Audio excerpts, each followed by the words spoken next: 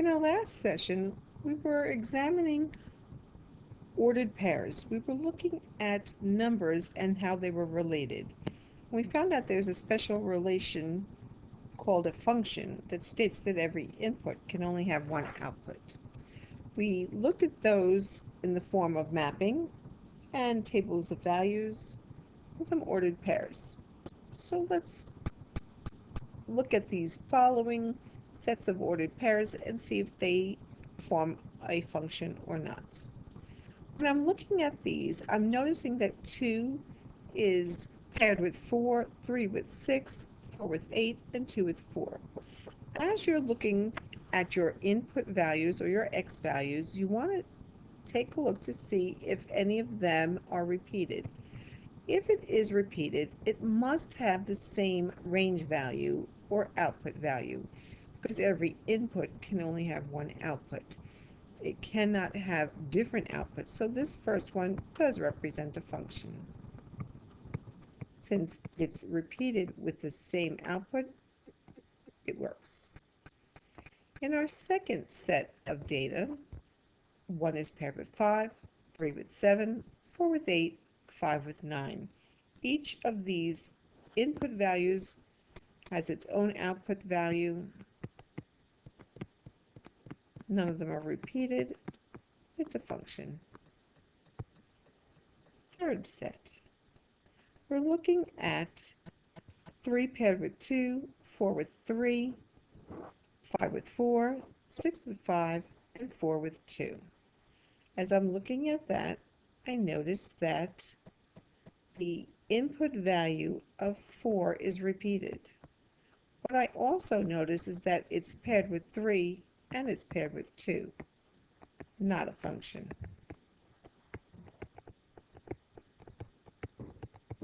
And let's take a look at one more set. In my last set, you'll see that I have 1 paired with 5, 3 with 5, 5 with 5, and 7 with 5. Each input has its own output, so once again, this represents a function. In this chapter, we're also going to be looking at patterns and nonlinear functions. We found out in our opening of this chapter that linear equations are these non-vertical lines that are represented on a coordinate plane, and they could be something in the form of y is equal to x minus 2, or y is equal to a negative 3x plus 1. And when I'm referring to a linear equation, when I graph these, they will form a line on the coordinate plane. But I could also have functions that are nonlinear, that don't form a line. And a nonlinear function is one whose graph is not a line or part of a line. If we look at this second row of graphs, these are all nonlinear. And we're looking at parabolas, we're looking at absolute value representations, and again, these are nonlinear.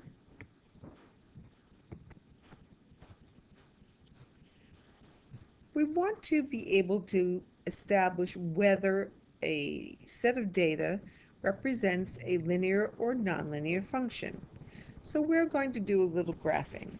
Now, this is best done with graph paper and a ruler and try to be as precise as possible. I'm doing a rough sketch today. And let it be known, if we were sitting in class together, I'd be handing you all some graph paper so that we could represent this as clearly as possible. Now, I'm trying to make my intervals as best I can as far as giving them the same sort of spacing. Let's graph 0, 3, 1, 2, 3. I have 1 and 4. I have 2 and 5. And I have 4 and 7. And this, to me, looks like it represents a linear function. It appears to me to be forming a straight line. Let's go to a second graph. And again, I'll put some intervals here. And in general, our intervals are counting by ones. However, when you get to real life situations in your graphing, you might need to change your intervals up to be sure that they, relate to the given problem. -2 and up 4. 1, 2, 3, 4. 1, 1. 2, 4.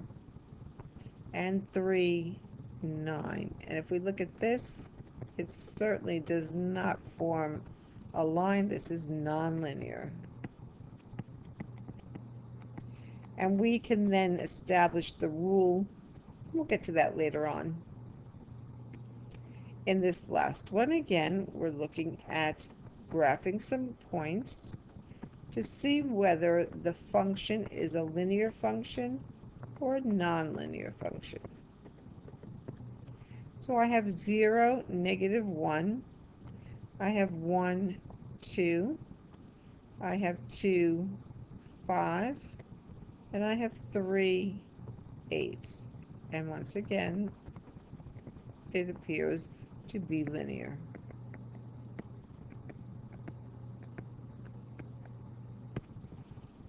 So speaking of function tables, let's create a function table. This time it's not given to me, and I'm going to graph it. And then as I'm doing that, I'll be able to establish whether it's linear or not. We're going to be creating the table, finding the ordered pairs, graphing them, and connecting them to see exactly where we end up. We're given the domain. Remember, domain is your x values or your input values. So we set up that table with our input output. Independent variables, I could choose any value for x. My y depends on it, and it depends on it using this function or rule. The rule says to multiply each value by -2 and then add 1. And result in this first one is 3. -2 times 0 plus 1. -2 times 1 plus 1. And -2 times 2 plus 1. We have now created ordered pairs. And what do you do with ordered pairs? You graph or plot them on a coordinate plane. And then you connect your points. So let's start graphing. We have -1 and 3. We have 0, 1. We have 1, -1, and we have 2, -3. And we'll connect those points, and we have created our line. This is a linear function. Recall that not all functions are linear, so we're going to work on these next 3. I'll leave them open here for you to start, and we'll see how they wind up in our session today.